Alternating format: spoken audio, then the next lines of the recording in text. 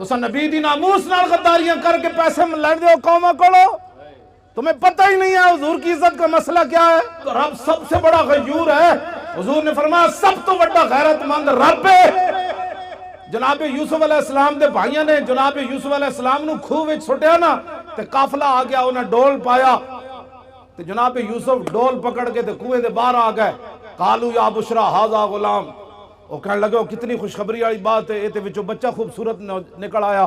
بھائی پھر نسدے آئے، انہاں کہا تے ساڑا بھجیا ہوا غلام ہے، انہاں کہا ان کی پروگرام ہے، انہاں کہا وشروا بثمن بخس دراہم معدودہ وکانوا فیہ من الزاہدین، انہاں کہا سی یہ غلام بیچنا ہے، نسن دی بڑی بھڑی عادت ہے، چند کھوٹے درہم ہی دے دیو اسی یہ غلام بیچنا ہے۔ جناب یوسف دی قیمت لگی بازار مصر وچ۔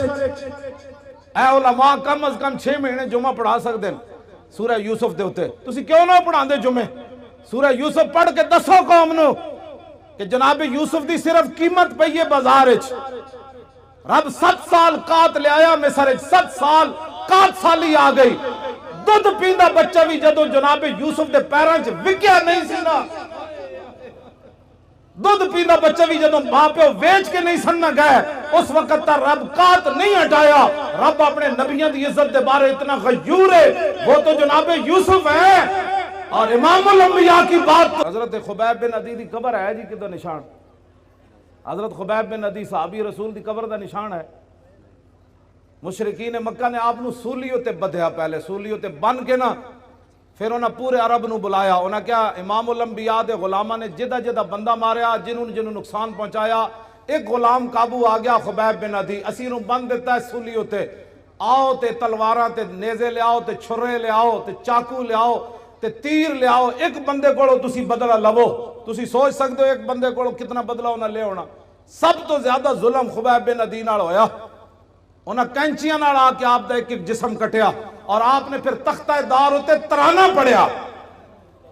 مکہ تو حضور بہت بعد اچ فتح ہویا نا جی، آمنو جتھے مقام تنعیم ہے نا مسجد عائشہ، اس مقام ہوتے آپ نے تختہ دار جدو آپ دا جسم کٹ رہے سن نا، اور دوروں ہٹ کے نشانہ بن رہے سن، لو تو نہیں سی نا، خبیب بن عدی دا جسم تا انسان آڑا ہی سی نا، دوروں ہٹ کے انہاں دے نشانہ باز، دوروں ہٹ کے آپ تے تلوارہ نال آپ تے چھوڑے لا رہے سن، ایک ایک جسم نے ایک چھوڑے جو لکڑی دے چھوڑے لا دین، اینج لا رہے سن تے آپ اینجے تختہ دار ہوتے بدے ہوئے سن، تے آپ نے انہوں نے ویکھ کے فرمایا تم کیا سمجھتے ہو کہ میں نے جن کا کلمہ پڑھا ہے میں بے وفائی کر جاؤں گا؟ آپ نے تختہ دار ہوتے پھر ترانہ پڑھیا، اور ترانہ تا محفوظ رہ گیا کہ حضرت سعید بن عامر الجمحی بعد جدو مسلمان ہوئے تے ہمس دے گورنر بنے، تے فاروق اعظم کو شکایت آئیاں بھئی گورنر نو مرگی دی بیماری ہے، 4 شکایتاں، اے علماء بیان کرو، اور کیوں نہ بیان کر دے تسی سیاست؟ انہوں نے کہا رسول اللہ 10 سال خود سیاست کی تھی، ممبر تے بھی حضور ہی بیٹھے، تخت تے بھی حضور ہی بیٹھے، عدالتہ بھی رسول اللہ دیا سن، بازارہ بھی حضور دا دین سی، کیوں نہیں تسی بیان کر دے؟ تو انہوں کمیٹیاں کہہ دیاں مولوی صاحب تسی سیاست دان ہو گئے ہو، انہوں نے کہا جس نبی دا میں کلمہ پڑھیا ہو نبی نے سیاست کی تھی۔ اے حضور تاں گل محفوظ رہ گئی کہ سعید بن عامر جڑے اس موقع تے موجود سن جو کلمہ نہیں سی انہاں پڑھیا، بعد جو انہاں کلمہ پڑھ لیا، انہاں پھر صحابہ نو دسیا سی کہ انہاں نال تے آپ نو جدو حضرت عمر کو 4 شکایتاں آئیاں نا بھئی انہوں مرگی دی بیماری، حضرت عمر نے حمص سے جو طلب کیتا، میں جدو حمص دی حدود داخل ہویا نا جی ملک شام جدو میں گئے سی تو میری اکھاں رون لگ پئیاں سن کہ اے او شہر ہے جدے وچ گورنر حضرت سعید بن عامر الجمحی، قبر میں نو نہیں ملی، میں اتھے حاضری ضرور دی خالد بن ولید دی قبر تے، آپ دی قبر میں نو مل گئی، میں اتھے حاضری دیتی۔ بہرحال سعید بن عامر الجمحی جدو حضرت عمر کو آئے نا 4 شکایتاں سن، انہاں وچ ایک مرگی دی بیماری، آپ نے فرمایا تو انہوں مرگی دی بیماری روزانہ ڈھائے پاندے ہو بے ہوش ہو جاندے ہو؟ آپ نے عرض کی تھی نہیں، انہوں نے کہا پھر بے ہوش کیوں ہوندے ہو؟ فرمایا جب اس جسم کٹیا جا رہے سی نا سولی تے بن کے، اس ویلے میں موجود سی تے میں جب وہ تصور کرنا میں بے ہوش ہو جاتا۔ اتنا بڑا ظلم ہویا سی حضرت خبیب بن عدی نال۔ خبیب بن عدی نے تختہ دار تے ترانہ پڑھیا، سنا دے ماں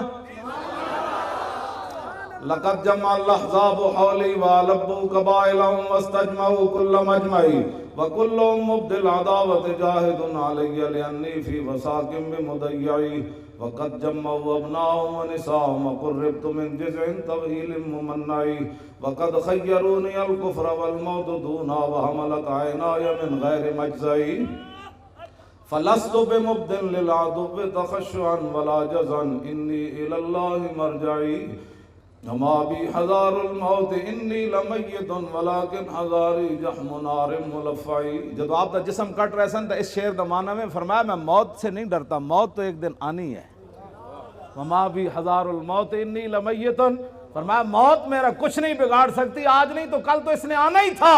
ولکن حذاری جحم نار ملفعی، میں تے اس جہنم دی اگ دے شعلے کو ڈرنا جڑا پورا لپیٹ چ لے لوی گی. ہاں فرمایا موت سے میں نہیں ڈرتا، میں تو اس آگ سے ڈرتا ہوں کہ حضور سے بے وفائی ہو گئی تو پھر کیا ہوگا. فضل العرش صبرنی علی ما دیا، اور میرے زندہ رہنے کی امید بھی مک گئی. ہزار جسم جب کاٹا جا رہا تھا تو پھر آخر میں چہرے کو انہوں نے تلواریں ماری نا، پھر آخر میں ناک کان انہوں نے کاٹے، آنکھوں کے اندر پھر برچھے تو آخر میں ڈالے نا. انہوں نے کہا کہ انہوں نے تو میرا جسم کاٹ دیا، اب زندہ رہنے کی امید بھی ختم ہو گئی. آگے الاللہ اشکو غربتی ثم قربتی وما ارصد الاحزاب لی عند مسرعی. اب میری غریب الوطنی اور میرے اوپر جو ظلم ہو رہا ہے میں اس کی شکایت اپنے رب کی بارگاہ میں کر رہا. کیوں جی آخر تو پھر کی فرمایا جدوں نہ جسم اپنے میں اتھے مارن لگ دے تو پھر زبان کٹنے دے قریب آئے نا، جدوں آپ دی زبان پھر انہیں کٹنے باہر کٹ کے زبان کٹن لگے، اس ویلے پھر آپ نے فرمایا فَلَسْتُ بَالِي حِينَ اُقْتَلُ مُسْلِمًا عَلَىٰ جَنْبٍ كَانَ لِلَّهِ مَسْرَعِي وَذَلِكَ فِي ذَاتِ الْإِلَٰهِ وَإِن يَشَاء يُبَارِكْ عَلَىٰ أَوْصَالِ شِلْوٍ مُمَزَّعِي. فرمایا میری زبان کاٹنے کے بعد اب یہ خاموش ہو جائے گی. فرمایا سن لو، مجھے تمہاری اب زبان کاٹنے کے قریب آ گئے، مجھے اس بات کی کوئی پرواہ نہیں تم میری زبان کاٹنے لگے ہو، اس لیے کہ میں دنیا سے محمد عربی کا غلام بن کے جا رہا. ہاں جی توجہ جی. فرمایا یہ سب کچھ میں اللہ رسول کے لیے برداشت کر رہا ہوں. وَذَلِكَ فِي ذَاتِ الْإِلَٰهِ وَإِن يَشَاء يُبَارِكْ عَلَىٰ أَوْصَالِ شِلْوٍ مُمَزَّعِي. فرمایا میرا جسم کاٹ کر تم تاڑیاں مار رہے ہو کہ ہم نے حضور کے غلام سے بدلہ لے لیا. فرمایا جس رب کے لیے میں نے یہ اذیتیں برداشت کی ہے نا، میرا رب قادر ہے میرے کٹے ہوئے جسم کو پھر جوڑ دے گا، ایسے کر دے گا. بس یہ اسلام ہے.